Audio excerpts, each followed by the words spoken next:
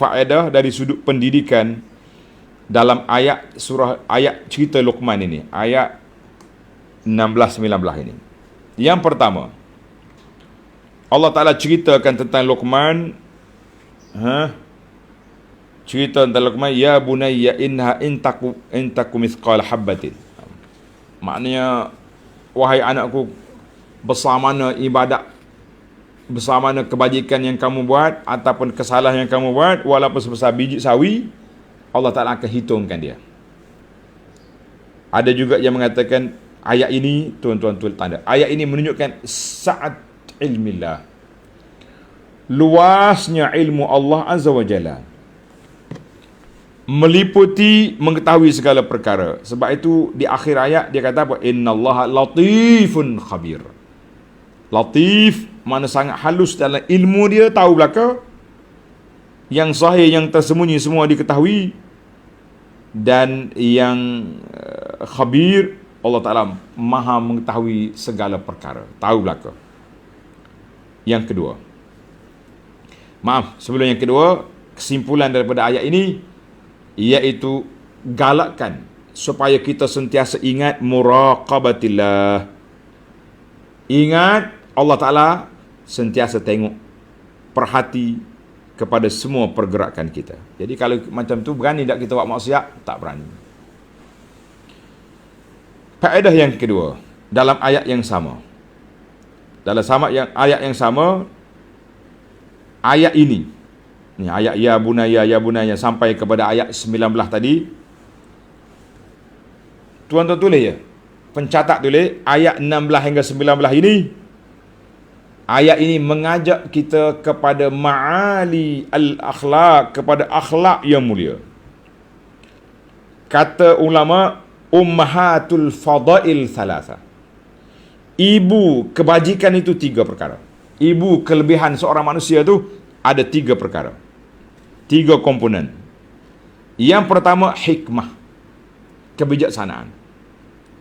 Yang kedua, iffah, baik jiwa, baik nafsu, tak tamak hak orang, tak nak hak orang. Yang ketiga, asy-syaja'ah, berani. Ada setengah orang tu dia baik jiwa tapi penakut, tak berani nak menyatakan kebenaran. Susah juga kita. Jadi kita kena ada 3-3. Oh, berani melampau, berani langgar semua SOP, itu dia panggil tidak ada hikmah. Sebab tu dia kata dalam dakwah kerja kita ni 3 perkara kena ada. Hikmah. Apa ada hikmah? Kita tak akan melulu tindakan kita, berpaksikan kepada ilmu, bahawa panggil hikmah. Yang kedua, ifah, baik jiwa kita. Kita buat ni bukan kerana nak cari follower, nak cari like, nak cari glamour, nak cari kita buat kerana Allah Azza wa Jalla. Yang ketiga, syaja'ah, kita ada sifat keberanian. Kita tengok benda mungkar, kita engkar. Tengok benda baik, kita amar ma'ruf. Lengkap. Mana ummahatul fadail salas, ibu kelebihan itu ada 3 perkara: hikmah, infah, syaja'ah. Kita kena adalah ada 3-3 ni baru lengkap. Jadi ayat Luqman ini mengajar kepada kita 3 tonggak dalam gerak kerja dakwah, gerak kerja Islam ni kena ada 3 perkara. Ada orang berani pelik. Kata orang melulu dia punya berani. Tak mungkin. Berani duduk di bawah skop ilmu, baru ada hikmah. Masya Allah. Baik. Yang ketiga, bila Luqman nak bercakap, dia mula dengan ya bunayya. Ya bunayya ay talaftuful insan bi mukhatabati ibnihi. Seorang ayah, ibu, naklah berlembut apabila bercakap dengan anak-anak. Terutama sekali ketika kita nak bagi nasihat kepada dia, berlembut. Tapi kalau anak buat salah yang perlu kita marah, jangan pula berlembut. Anak, kenapa pecah gelas ibu? Budak ni pusing duduk di bawah jalan dia. Waktu tu waktu kita kena marahlah juga. Kenapa kau buat macam ni? Jadi ada waktu marah, ada waktu pujuk. Jangan sentiasa marah. Kan Imam Ghazali kata apa? Lupalah kata-kata Ghazali. Dia kata apa? Marah tak kena pada tempat, itu orang bodoh nama dia. Tak marah pada tempat sepatutnya marah, itu orang penakut. Kita ni kena keluar daripada koridor bodoh dengan penakut. Jangan. Mana marah kena marah pada tempat dia. Ada tempat jangan marah. Nasihat. Kalau marah juga jadi bodoh. Na'udzubillah. Baik. Jadi ayah ni, sebagaimana kata Nabi SAW dalam hadis yang riwayat oleh Imam Muslim daripada Aisyah radhiyallahu, inna Allah rafiqun yuhibbur rifqa. Allah Ta'ala rafiq. Allah Ta'ala tu dengan hamba dia kasih sayang, lemah lembut. Dia suka kepada gaya kasih sayang, lemah lembut. Wa yu'ti 'ala rifqi ma la yu'ti 'ala al-'unuf. Allah Ta'ala beri kesan daripada kita bercakap baik, berlemah lembut itu tidak seperti kesan kasar tindakan kita. Betul sungguh. Orang duk tulis satu video, seorang pendakwah dikenali dengan nama Abu Anas Madani. Video ni dia cerita tentang seorang pengurusi masjid yang menyelamatkan seorang kanak-kanak. Kanak-kanak ni mari masjid, dia tak ada duit, dia korek tabung masjid. Orang nak pukul dia, nak tangkap dia, tapi pengurusi masjid panggil dia. Dia kata, awak ni kenapa buat macam ni? Dia pun cerita kesusahan dia. Akhirnya budak ni dijadikan anak angkat masjid dengan syarat dia kena datang solat, dia kena tolong khidmat, buka sejadah, tutup tikar, kalau ada lampu tutup, ada sampah buang. Dia tidak ambil tindakan. Tindakan dia kena hadir ke masjid, solat dan juga berkhidmat. Alhamdulillah, budak itu telah bertukar daripada budak nakal kepada budak hamamatul masjid. Kata orang macam burung perpati masjid. Jinak.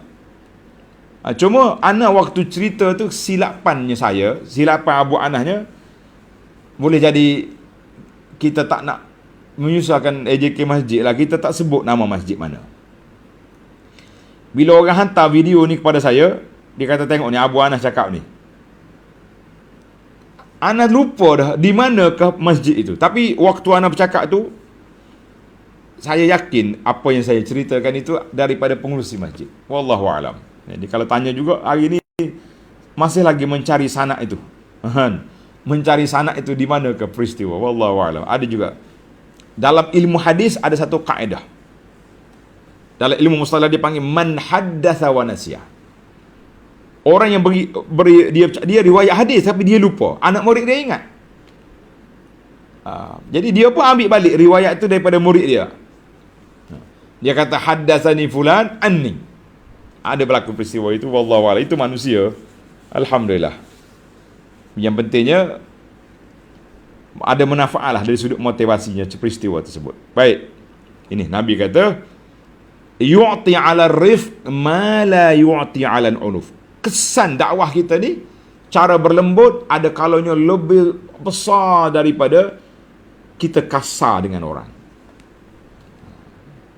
Sebab itu kena tengok tempat lah juga.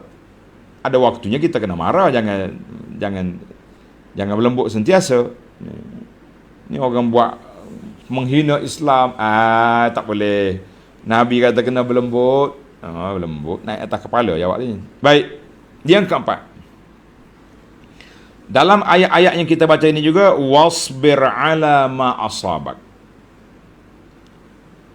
Sabar apa saja menimpa kamu. Jawabnya, ketika menjalankan tugas amar ma'ruf, kita perlu kepada kesabaran. Kalau tak sabar, memang kita akan lari.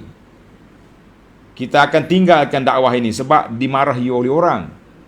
Ataupun dalam bahasa kita sekarang ini, jangan mudah koyak di dalam berdakwah. Mudah koyak tak jadi. Maka kata di ulama ni, ini menarik ni.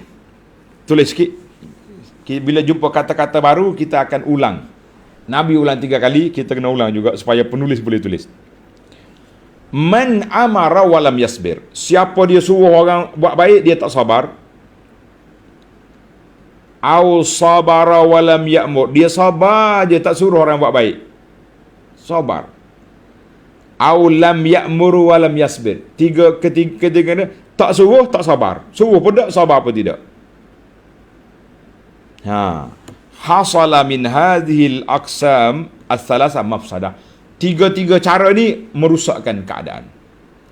Suruh tak sabar. Macam boleh? Orang marah kita pun lari. Tak. Sabar. Tengok maksiat sabar. Sabar. Tak suruh. Tak. Tak suruh, tak sabar. Tak. Yang naknya, innama as-salahu. Yang betulnya, suruh, sabar. Larang benda mungkar, sabar di atas penentangan. Baru betul. Kalau tidak, tak jadi. Yang kelima. Cukup dah tak? Nak ulang 3 kali juga? Kita tengok. Siapa tak sempat, kita ulang balik. Ataupun tuan-tuan lah ulang balik video ni. Allahul Musta'an. Yang kelima, sabar, tugas amar ma'ruf nahi munkar dan sabar ini amun fi wulatil umur wa fir ra'iyah. Umum kepada rakyat dan juga kepada pemerintah. Bila kita suruh benda baik, larang benda mungkar, kita menjalankan tugas ini. Jangan kata mungkar tu tu kerja jabat agama. La. Bila kita tahu benda mungkar, benda tu memang mungkar, laranglah. Sibuk pejabat agama, berapa orang yang ada pegawai?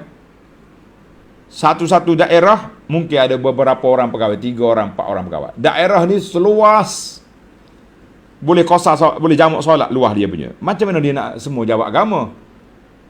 Jadi kita yang ada agama ni lah yang menjalankan tugas. Tengok orang buat benda mungkar, pergi tegur, dek. Adik tu kuat, dia berkapa, dia tak ada lagi di sini. Ada dah kahwin ke belum ni? Belum. Orang tak buat macam ni. Kalau nak kena kahwin. Ana sekali naik kapal terbang. Kapal terbang yang kecil ni. Kapal terbang yang panas ni. Apa nama dah? Yang kipas kat luar tu. Saya gurau lah. Ada seorang pakcik, dia nak naik kapal terbang kipas luar. Saya kata, pakcik naik apa kapal terbang nak balik KB ni? Dia kata naik Malindo ataupun Firefly. Itulah yang kapal terbang kat luar. Saya pun cakap dia, pakcik, panas kapal terbang ni? Panas kau? Buat apa panas? Kipas duduk luar. Dia pun ketawa suka. Dia kata, haji ni main kita. Tak. Jadi kapal terbang tu kan kecil. 2 orang sini, 2 orang sini. Jadi anak duduk sini, 2 orang budak kapal sebelah. Dia bercakap macam suami isteri. Dalam kepala kitanya, budak ni boleh jadi baru sudah balik kahwin kan, nak balik ke bandar lah kerja. Kita pun nak ucap tahniah lah atas dasar nasihat. Kata baru sudah suami isteri baru kan ni? Dah. Duduk berdua tapi cakap tu macam suami isteri. Kenapa tak kahwin? Cakap. Dia kata, bukan senang pakcik kahwin-kahwin ni. Kata kahwin tak senang, berkapal macam ni senang. Kita pun tukar ada channel. Daripada nak tahniah tadi, kepada takziah pula, nasihat. Ini dia. Masya Allah. Ini kena berani lah. Sambil-sambil itu kita sambil-sambil senyum-senyum. Cakap, atas kapal terbang ni, jangan main-main.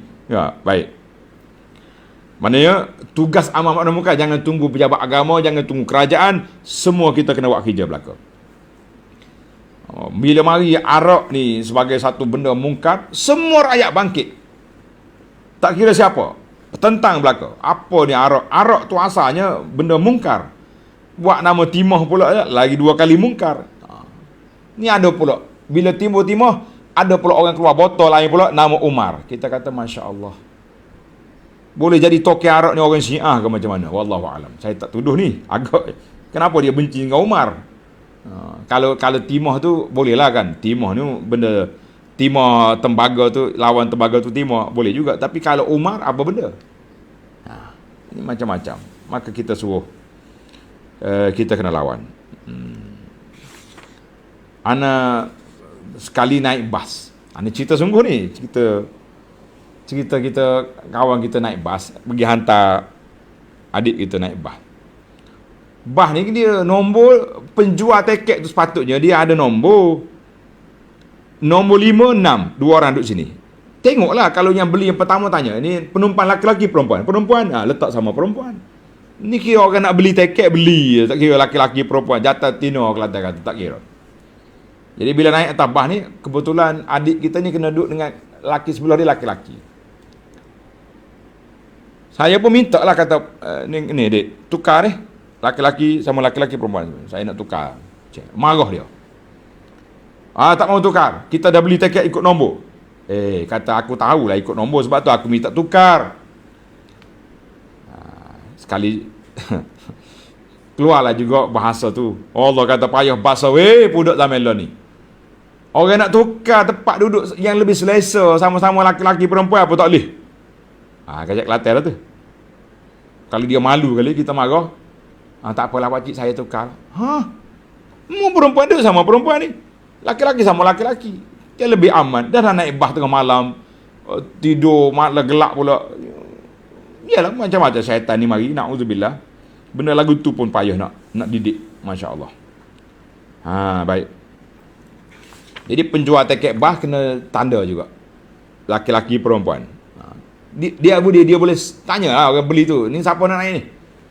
Jangan tengok pembeli. Kadang-kadang ayah dia yang beli, anak naik. Tanya, ni untuk siapa? Perempuan? Tanda P. Kursi ni P. Bila mari orang lagi pula P. L, laki-laki. Boleh je buat. Jadi kita kena peka lah. Baik, yang ke 6 dah kita. Panjang pula hari ni. Yang ke 6,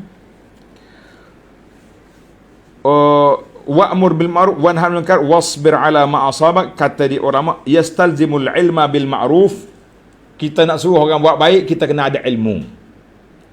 Nak larang benda mungkar juga kena ada ilmu. Jangan orang panggil jangan melulu tak terpasal. Ni ramai ni sahabat-sahabat kita ni yang pemegang mazhab Wasafi ni. Dia share semua segala benda dia jumpa. Tak kira lah bacaan pelik ke, bacaan ada sunnah ke, bacaan yang bid'ah ke, bacaan cerita khurafat, share belaka. Jangan share. Pastikan dulu benda tu sahih, benar, baru kita sebar. Ni tak tahu apa pakai sebar je. Konon-kononnya nak berdakwah. Konon. Pasal itulah nak dakwah ni kena ada ilmu. Nak suruh pun kena ada ilmu, nak larang pun ada ilmu. Jangan, kadang-kadang kita larang benda mungkar, benda tak mungkar. Dari saya dah bincang dalam baru ni tentang masalah benda khilaf. Tak boleh hengkar benda khilaf. Kata tak. Bukan semua khilaf tu mu'tabar. Ada khilaf yang tak mu'tabar. Tengok dalam kuliah kita tentang hadis 40 tentang amar ma'ruf nahi mungkar. Hadis yang ke-34 ke 35. Tuan-tuan tengok situ lah, sekitar itulah. Masya Allah.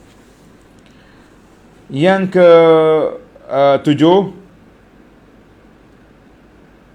bila kita larang benda mungkar, bila kita suruh benda baik, larang benda mungkar, kita kena mula dengan kita dulu. Kita suruh orang buat baik, kita pun buat. Kita larang benda mungkar, kita berhenti. Baru betul. Kalau macam tu tak boleh nak dakwah lah ustaz, saya belum baik. Lah, pendakwah kata berdakwahlah sehingga kita jadi baik. Laranglah benda mungkar sehingga kita berhenti. Baru kalau kita nak tunggu kita berhenti jadi wali dulu baru nak. Lah, tak ada orang lah boleh buat kerja ni. Sambil kita larang orang mungkar, kita ingat ini mungkar ni aku tak boleh buat. Kita suruh orang buat baik, kita kata aku pula tak buat, kita buat. Jadi itu dia panggil termotivasi dengan sendirinya. Yang ke-8, sudah wasbir ala ma asabak, sudah pasti lorong yang kita ambil ini berisiko. Lorong amar ma'ruf nahi munkar ni lorong yang berisiko, iaitu kita akan dimarahi oleh orang ataupun kita akan dipuja oleh orang. Dua-dua tu lorong syaitan belaka. Kalau kena puja, like ramai, oh hebat ustaz, oh mantap ustaz ni, setara dengan macam Sayyidina Umar zaman gini ustaz ni. Naik dia punya semangat semangat riak. Ingat, kita dakwah kita ni jangan dipuji, jangan dikeji. Kita ambil jalan yang baik, yang selamat, insya-Allah. Maka sabarlah. Sabar dalam dua-dua. Sabar daripada pujian, sabar daripada kejian. Yang kesembilan, inna dzalika min azmil umur. Orang boleh buat kerja ni, orang yang punya jiwa yang kental, kekuatan jiwa yang mantap. Kalau tidak, memang lari kita buat dakwah. Dakwah ni bukan senang. Dakwah ni tidak senang. Maka kata di ulama tadabbur, ayat ini tambihun ala fadilatil azmi fil umur. Bila kita nak buat kerja, biar mantap kita punya keberanian, strategi, berperancangan. Jangan buat main-main. Yang terakhir, yang ke-10, wala tusa'ir khaddaka wala tamshi fil ardi marha. Ayat ini mengajar kepada kita adab bila berjalan, tawaduk. Bila jumpa orang jangan sombong. Maknanya tengok pada orang. Yang kita bimbang hari ni, tuan-tuan dan puan-puan, kadang-kadang kita pun tersasar juga. Tetamu mari jauh, kita duduk main handphone. Allah. Ataupun awak tetamu, ustaz, saya nak pergi rumah ustaz ni, nak jumpa. Boleh, ustaz bagi tarikh waktu untuk dia jumpa. Kita kosonglah waktu. Dia mari duduk cakap 3 minit, buka handphone duduk cakap dengan orang lain. Jawab telefon sana. Awak nak jumpa saya ke nak cakap orang? Nak cakap orang duduk kat, tak payah mari sini. Bila masuk dalam rumah orang, kita jadi tetamu, silentkan handphone. Tak bimbang tuan-tuan. Kita kan ada nombor tu naik. Nombor tu dia ada nombor sekarang ni. Kita boleh panggil balik lepas pada habis majlis. Apa masalahnya? Kecuali kita sekarang ni menunggu saat emergency contohnya. Ayah sedang sakit nazak, isteri sedang nak beranak contohnya. Bila call dia orang ni, tu kita kena angkat lah. Maaf lah ustaz, isteri duduk tunggu mak saya nak bersalin, takut tak ada orang nak uruskan. Jadi kita jawab. Itu pun dengan izin tuan rumah tu. Ni mari masuk dalam rumah orang, cakap 2 minit. Pepe, duduk cakap. Tuan rumah begini tunggu 10-15 minit dia cakap. Oh, kaki tangan naik. Lesh. Kita kena ingat. Adab bila mari rumah orang, tumpukan kepada tuan rumah. Tuan rumah pun bila tetamu datang, tumpu tuan rumah. Jangan duduk main body, duduk main buka handphone. Nak buka handphone tak payah mari. Kita buat jumpa liqa online je. Senang, tak habis masa. Saya pun tak payah layan awak, awak pun tak payah habis masa mari rumah saya. Naam. Kita kena ada dua-dua pihak. Mana ayat Luqman ni, jangan sombong, tak tengok muka orang. Jangan berjalan sombong, kan? Ada cermin gelap tak mahu buka tingkap. Dan waqsid fi masyik, berjalan secara sopan, tengok hak laju yang dibenarkan. Dan juga waghdud min sautik, jaga guna saut, suara mengikut yang diperlukan. Alhamdulillah, 10 perkara faedah yang dapat kita kutip pada hari ini. Saya nak ringkaskan tapi tajuk ni semua penting. Kalau ringkas ni kita susah pula, kena ulang balik. Baiklah para pelajar sekalian, tamatlah perbincangan kita. Insya-Allah pelajar-pelajar kita ni dia minta tolong. Admin bagi tahu, dia kata tolong maklumkan ayat berapa dalam siri yang akan datang. Ana cukup gembira bila dapat maklumat ini, bahawa pelajar kita ni nak buat persediaan awal. Tolong nyatakan ustaz, ayat berapa siri yang akan datang, sebab kami nak study dulu. Allahu Akbar. Abu Anas cakap, barakallahu fiikum wa wafaqakumullah. Allah Ta'ala berkatlah usaha saudara-saudari. Allah Ta'ala beri taufik kepada kita untuk memahami ayat Al-Quran. Allah Ta'ala pilih kita menjadi ahlul Quran, orang yang suka kepada Quran, sayang kepada Quran, beramal dengan Quran. InsyaAllah ayat yang akan datang, InsyaAllah bermula ayat 20 hingga ayat 24. Ayat 20, ayat 24, ayat yang menunjukkan kepada keesaan dan keagungan Allah Azza wa Jalla di alam ini. InsyaAllah tamat dah cerita Luqman. Baik para pelajar sekalian, subhanakallahumma bihamdika, asyhadu an la ilaha illa anta astaghfiruka wa atubu ilaik. Wa sallallahu ala nabiyyina Muhammad wa ala alihi wa sahbihi ajma'in walhamdulillahi rabbil alamin. Kita beri